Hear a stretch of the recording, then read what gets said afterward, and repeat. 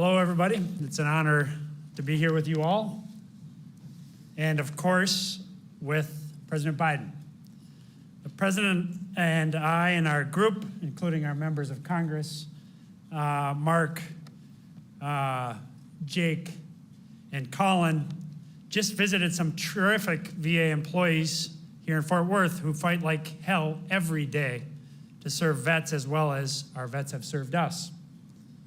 During that visit, I was again reminded of the bravery of our veterans, the excellence of VA workers, and how lucky we are to have President Biden leading us, championing VA employees, veterans, their families, caregivers, and survivors.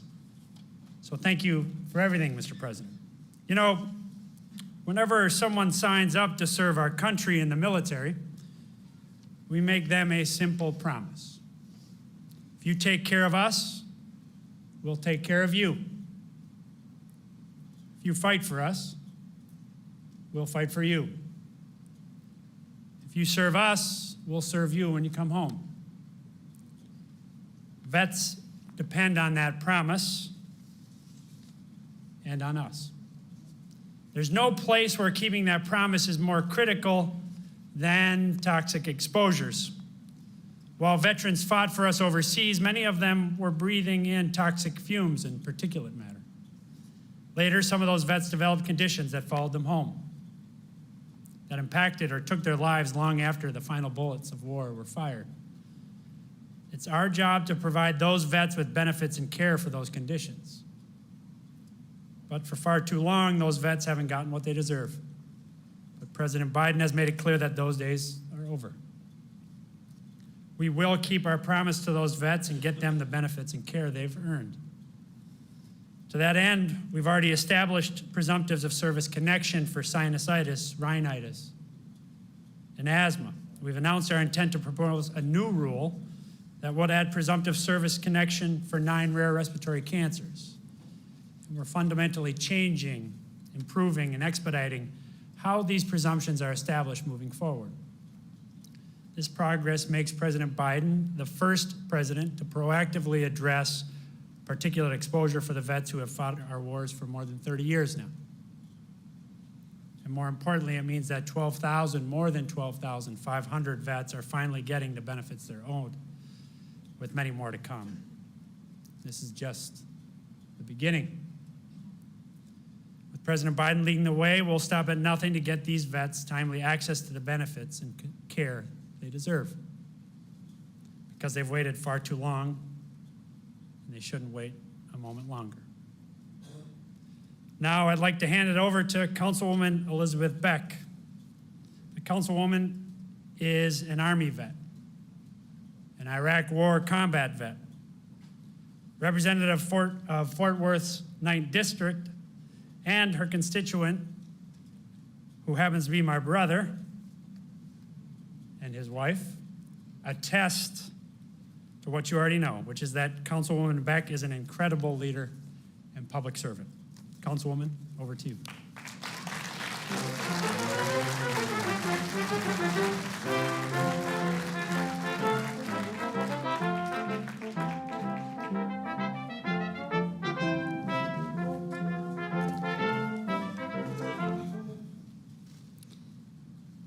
Fort Worth is home to some 42,000 veterans.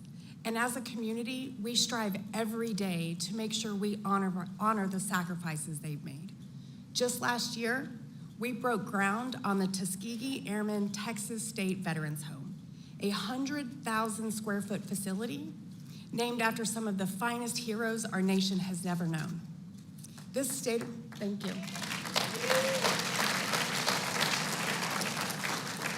This state-of-the-art facility will home 120 elderly veterans and is conveniently located right next door to the Fort Worth VA clinic, so that when they need care, they have access.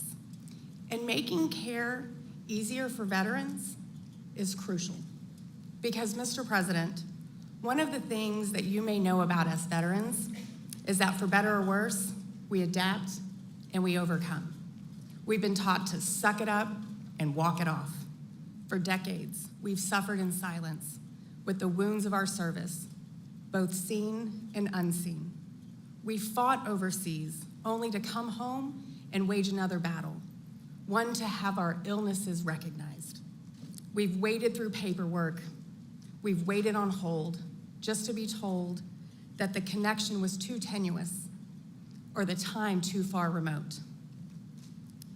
In 2005, I served a 12-month deployment in Taji, Iraq. Nearly every day of those 12 months, I woke up coughing and blowing black matter out of my nose. We knew something was off, but we sucked it up and we walked it off, and we chalked it up to dust in the air. Of course, I would later learn that this was a symptom of being exposed to toxic smoke from the burn pit that smoldered 24 hours a day. That was 17 years ago. And it wasn't until this past November that I finally started the process to receive my VA benefits.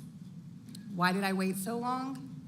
Because the idea of going back into battle for benefits seemed exhausting. Because I did not connect my symptoms with my service. Because someone else, somewhere else, had it worse than I did. Mr. President, on behalf of veterans across this city and across this nation, I want to say that we don't want anything we don't deserve. We aren't asking for something that we shouldn't have. We are simply asking not to have to fight again.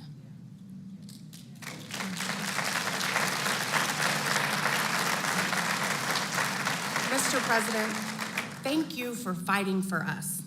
Thank you for ensuring that veterans have the support they need to fully address the consequences of war.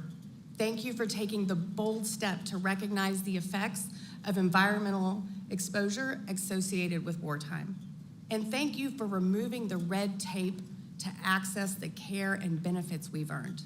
Ladies and gentlemen, it is my privilege and my honor to welcome to Fort Worth, Texas, the 46th President of the United States, Joe Biden.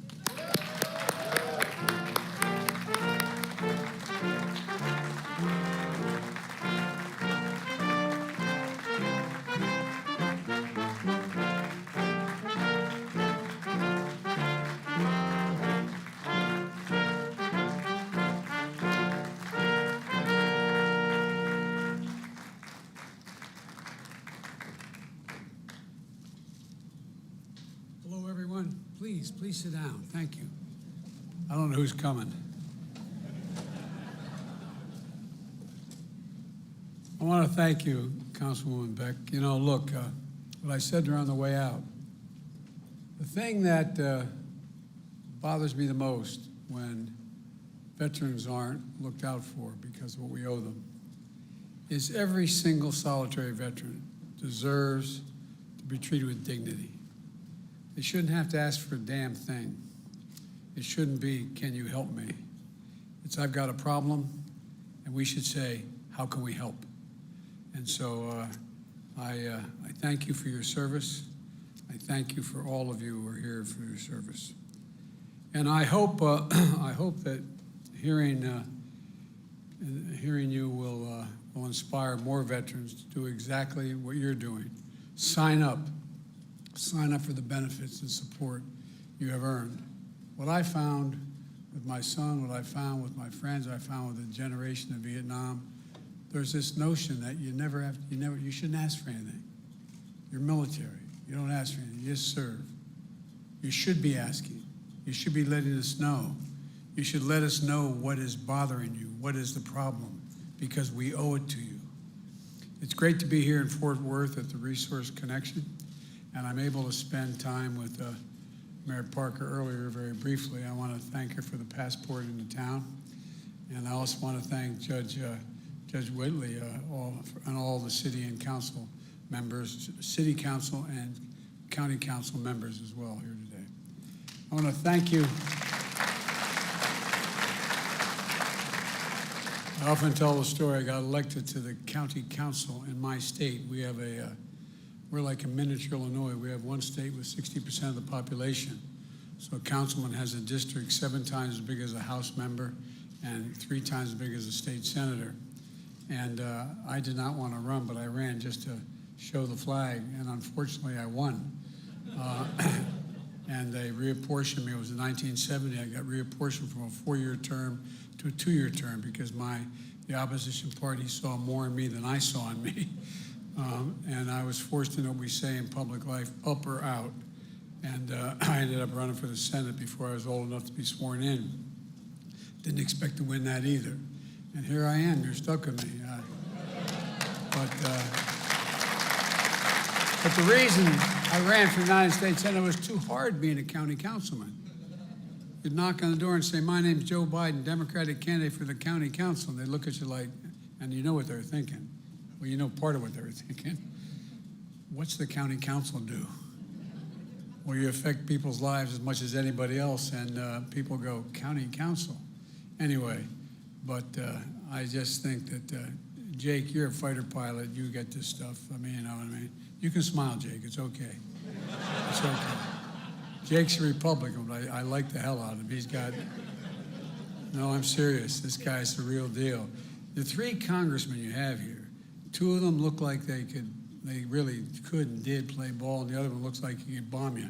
And it's a tough group, but a good group. Look, I want to thank you and your staffs for welcoming us to town.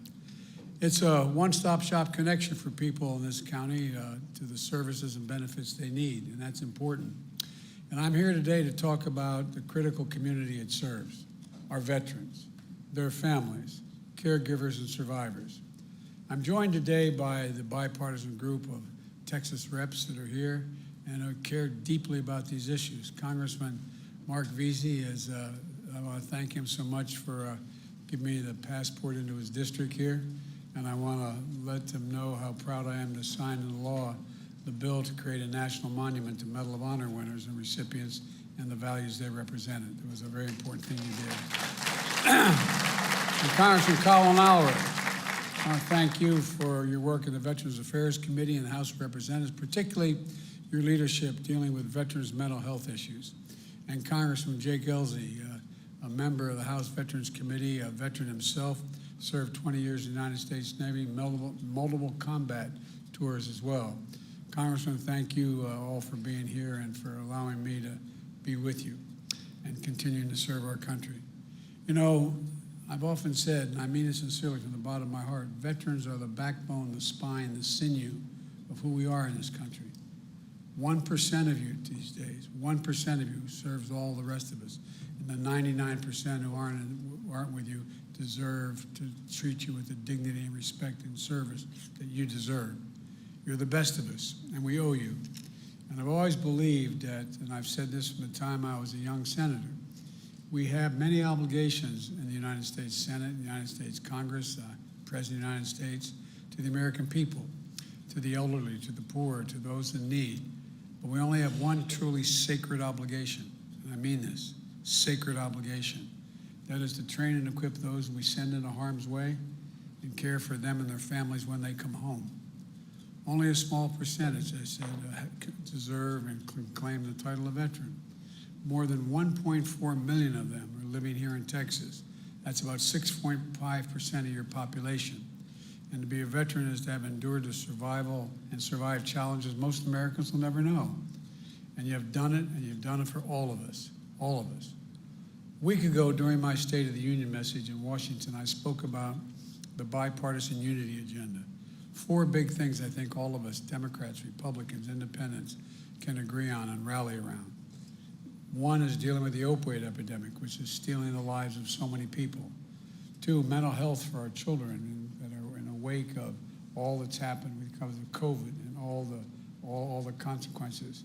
There's over 1 million people out there who are no longer sitting at the kitchen table this morning because of COVID, and people worry about that, and the kids particularly.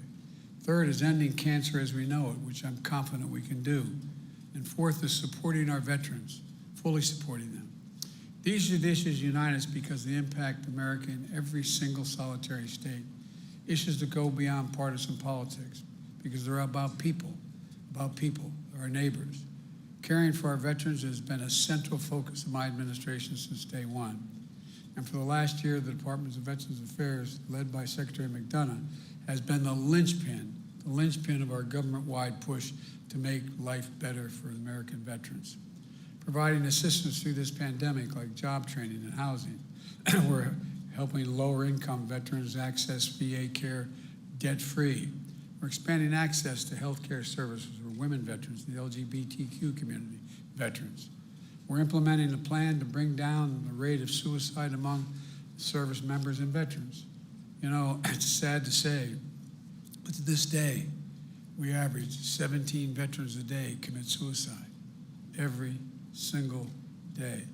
More than get killed in combat every single day. It's an absolute tragedy that demands not only a whole of government approach, but a whole of country working together to deal with this issue. Texas is one of those states participating in the Governors and Mayors Challenge to take on this crisis. And as I announced in my State of the Union message, we're focusing on meeting the specific care and needs for all our veterans who suffer because of their service, for all our veterans. We learned a horrible lesson after Vietnam. It was the harmful effects of Agent Orange, which were dropped upon so many thousands of veterans, and the years it took to manifest illnesses in veterans. Because then the veteran had to prove that whatever his problem was directly a consequence of Agent Orange.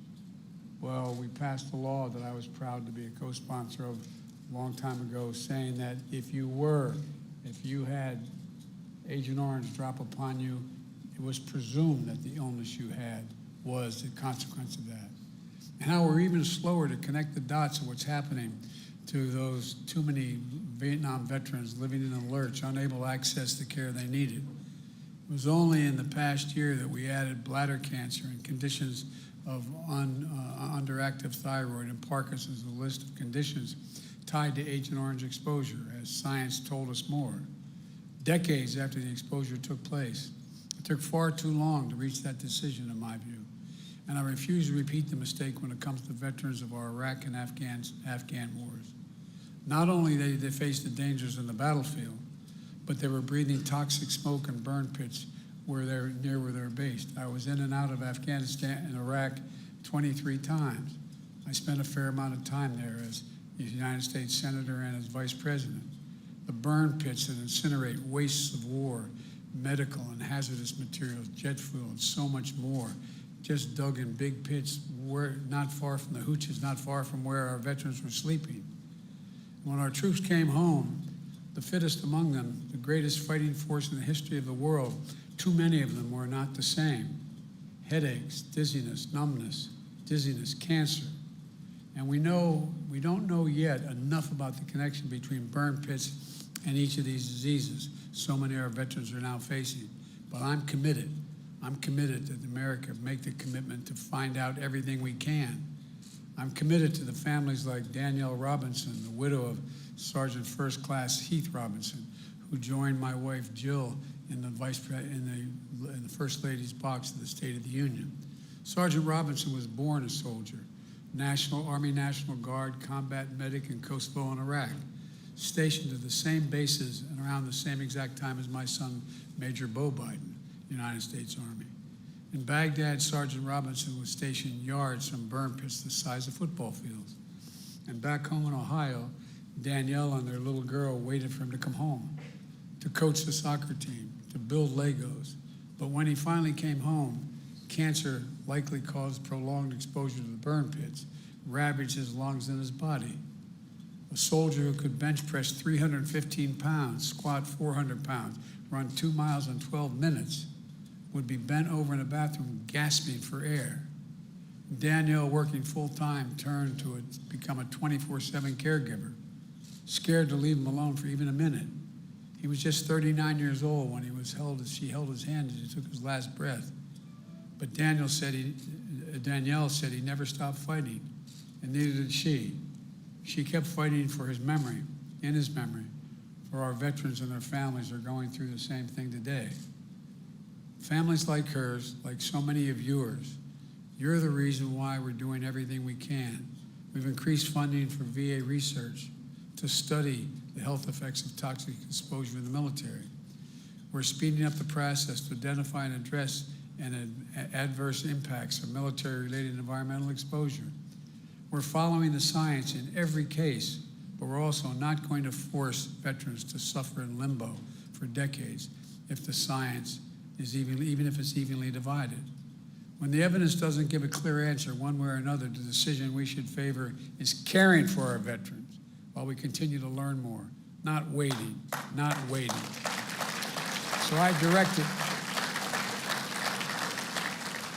the VA to move quickly to review more of the cancers and provide determinations on whether or not they're presumed to be service-connected within 90 days. And by the way, you saw what happened when at 9/11 when the buildings went down in New York.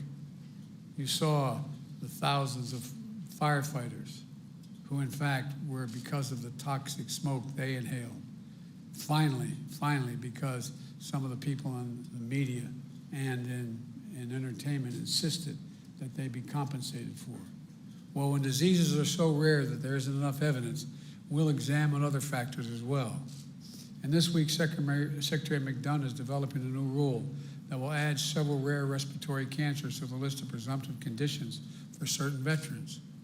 We also need to know more about which of our veterans may have been exposed to burn pits in the first place or other environmental toxins during their service.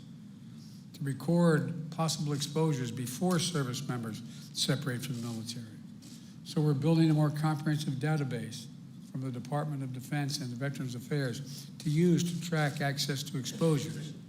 We're working hard to educate everyone across the VA system about the potential impact of specialized care needed for burn pit exposure, urging veterans to sign up for the VA Burn Pit Registry and to make sure they know about the benefits that may be available to them. You know what I found about veterans as we worked for those who are trying to deal with the mental health problems? Is they're used to always giving. You don't think you have a right to ask for anything. You don't think you have a right to ask. We're asking you to tell us. Tell us where you've been. Tell us what your needs are. Nothing to be ashamed of, it's to be proud of. We owe you. Improving training for VA providers to make sure they're equipped to diagnose and treat exposures to related conditions. And this year, launching a new network of specialized care providers and call centers to help connect veterans with questions about exposure to care that's consistent, comprehensive, and high quality. Folks, these are the kinds of steps that can make a difference in getting the proper care for more patients and providing support for veterans, especially those facing cancer diagnosis. And every one of you know, the earlier cancer is diagnosed, the greater the prospect of dealing with it, the greater the prospect of curing it. It reinforces the new goal of my cancer moonshot, to cut cancer deaths, the death rate by 50% over the next 25 years at a minimum, to create more supportive experience for all the patients and families. Secretary McDonough is part of my newly formed Cancer Cabinet. The Department of Veterans Affairs is an essential part of our whole of government initiative because we're going to invest billions of dollars solving this problem to turn cancers from death sentence into treatable diseases. These are all the things my administration is moving on. We're not waiting. We're not waiting. But some of the most important next steps need congressional action. Both the United States House of Representatives and the Senate have bills in motion that would extend eligibility period for VA care for burn pit-related health impacts from 5 years after leaving the military to a minimum of 10 years. That would open enrollment to all veterans who served in Iraq and Afghanistan. And in February, the Senate passed their bill to do just that, unanimously, Democrat and Republican. And the House bill that passed just last week would do even more, expanding health care, mandating research, reforming the process of determining presumptions, and adding more conditions to the list of presumptive care. Both of these bills have bipartisan support. These are the bills that unite the American people. These are the bills that will deliver necessary care for our veterans and their families. And let's get those bills to my desk so I can sign them immediately. Folks, we have a sacred obligation as a nation I promise Danielle Robinson, and I promise all of you here today, that we'll do better. We must. We owe you. We owe you. I can't say enough about the veterans community. And there's a famous expression by a famous English poet who said, "They also serve who only stand and wait." To every husband and wife with the deployed husband or wife. To every child with a mom or dad deployed, we owe you. We owe you. Because they also serve who only stand and wait. I remember the head of the National Guard in the state of Delaware, wife, used to say a prayer. When my son got deployed, my wife was a school teacher who got up earlier than I did to get to school. I'd get to the train at 7:30 train. And I walked downstairs. I'd just had shaved and had my trousers on to get a cup of coffee. She'd be standing over the sink like many of you have done, looking out the window, mouthing a prayer that she was given by the commander's wife. A prayer for her son who was in harm's way. All of you did that. All of you do that. All of you worry about that call. So thank you. Thank you as well. Concluding point I'll make, and we talked about it, the Congressman and I on the way down. You know, this is an incredible generation, the 9/11 generation that fought. They served in a way I think they're right up there with the greatest generation, because they not only got deployed once, but sometimes twice, 3, 4 times into harm's way. They come home and go back. And after knowing that they cleaned off the blood of the seat of that up-armored Humvee that they were in where they lost somebody, and they'd have to saddle up and go back out again. An enormous generation, an incredible generation. I was telling the guys on the way down, I remember flying into Iraq one of those times, and I went in the cockpit, and there were, I believe, 6 members, 5 men and 1 woman. And I asked the question of all of them, I said, how many is this your first tour of duty? Nobody raised their hand. Second tour of duty, nobody. Third tour, 2 of them. Fourth tour, 2 of them. Fifth tour, 1.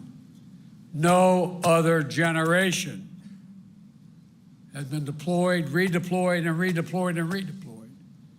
That takes nothing away from the World War I and World War II and Vietnam generations. But it's one thing to serve and come home and then go back and go back and go back. So we owe you.